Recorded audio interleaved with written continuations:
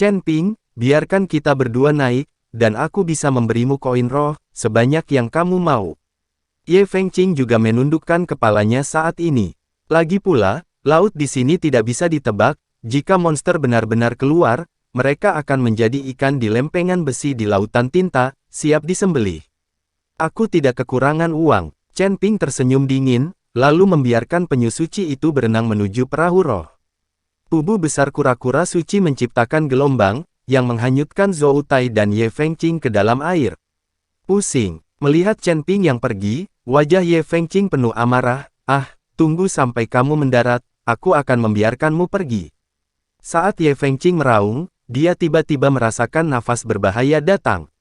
Secara naluriah menoleh, Ye Fengqing melihat seekor binatang hiu macan, membuka mulutnya yang berdarah ke arah mereka. Melihat ini, Zhou Tai dan Ye Fengqing ketakutan dan berenang menuju perahu roh dengan putus asa.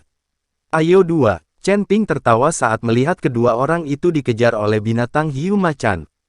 Tapi perahu roh di kejauhan menemukan Ye Fengqing, jadi ia bergegas menuju Ye Fengqing. Di saat-saat terakhir, Ye Fengqing dan Zhou Tai naik ke perahu roh dan lolos dari serangan hiu macan.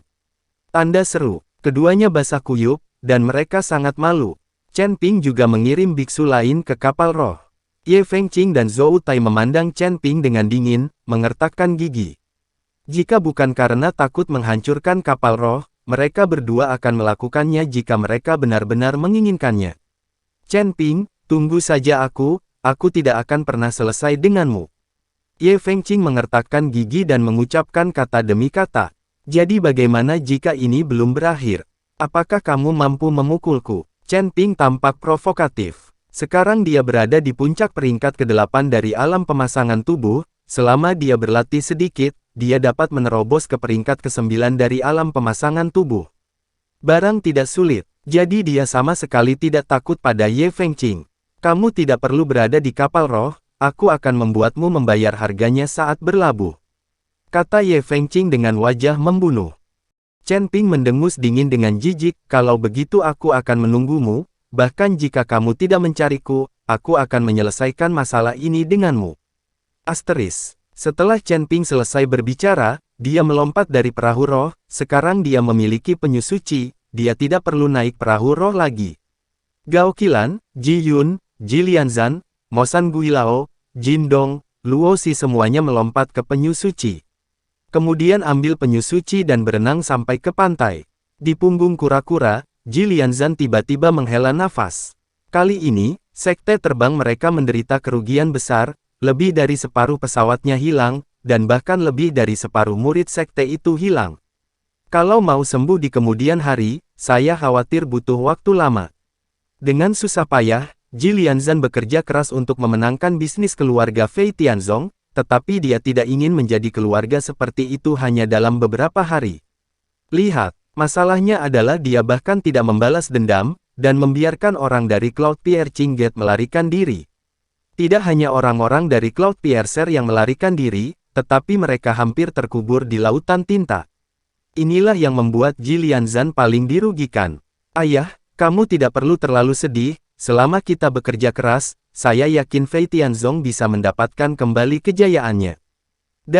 Melihat ini, Ji Yun pergi ke sisi Ji Lianzan untuk menghiburnya. Ji Lianzan memandang Ji Yun, wajahnya penuh kelegaan, meskipun Fei Tianzong menderita kerugian besar, putranya telah banyak berubah, yang membuat Ji Lianzan merasa nyaman.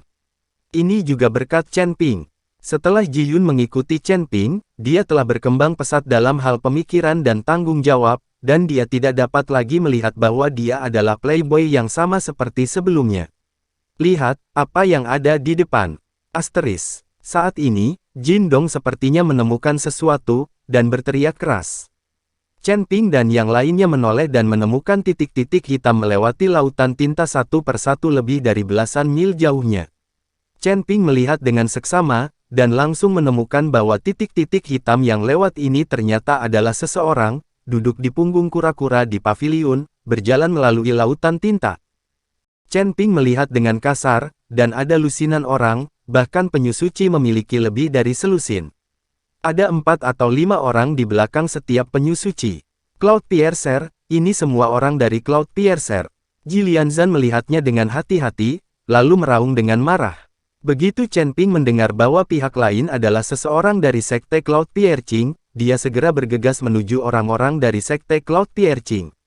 Pergi, orang-orang dari Cloud Piercing Gate sepertinya telah menemukan Chen Ping dan yang lainnya, dan melihat hanya ada sedikit dari mereka, mereka semua mengepung mereka. Ketika orang-orang dari Sekte Cloud Crossing melihat kura-kura suci yang diduduki Chen Ping dan yang lainnya, mereka semua menunjukkan keterkejutan di wajah mereka. Karena kura-kura suci yang ditunggangi Chen Ping dan yang lainnya terlalu besar, beberapa kali lebih besar dari kura-kura suci mereka. Jilianzan, kamu belum mati. Asteris pada saat ini, seorang pria parubaya berjubah hitam dengan wajah lembut bertanya pada Jilianzan.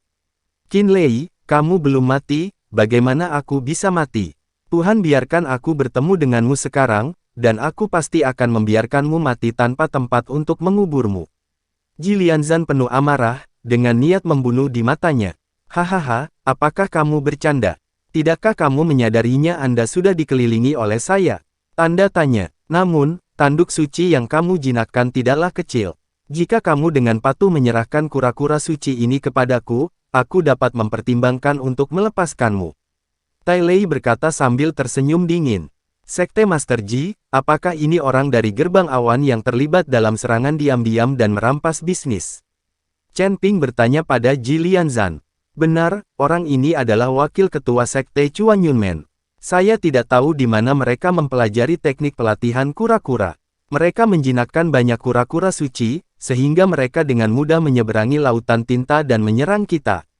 Jilianzan mengangguk dan berkata, pelatihan penyu. Chen Ping terkejut sesaat, lalu tersenyum dan berkata, ini adalah teknik yang cukup bagus, tapi saya tidak tahu apakah pelatihan penyu mereka sebaik milik saya. Kemudian Tai Lei mendengarkan perkataan Chen Ping, lalu memandang Chen Ping dan berkata, Nak, tahukah kamu cara melatih kura-kura? Apakah kamu menjinakkan kura-kura suci tempat kamu duduk?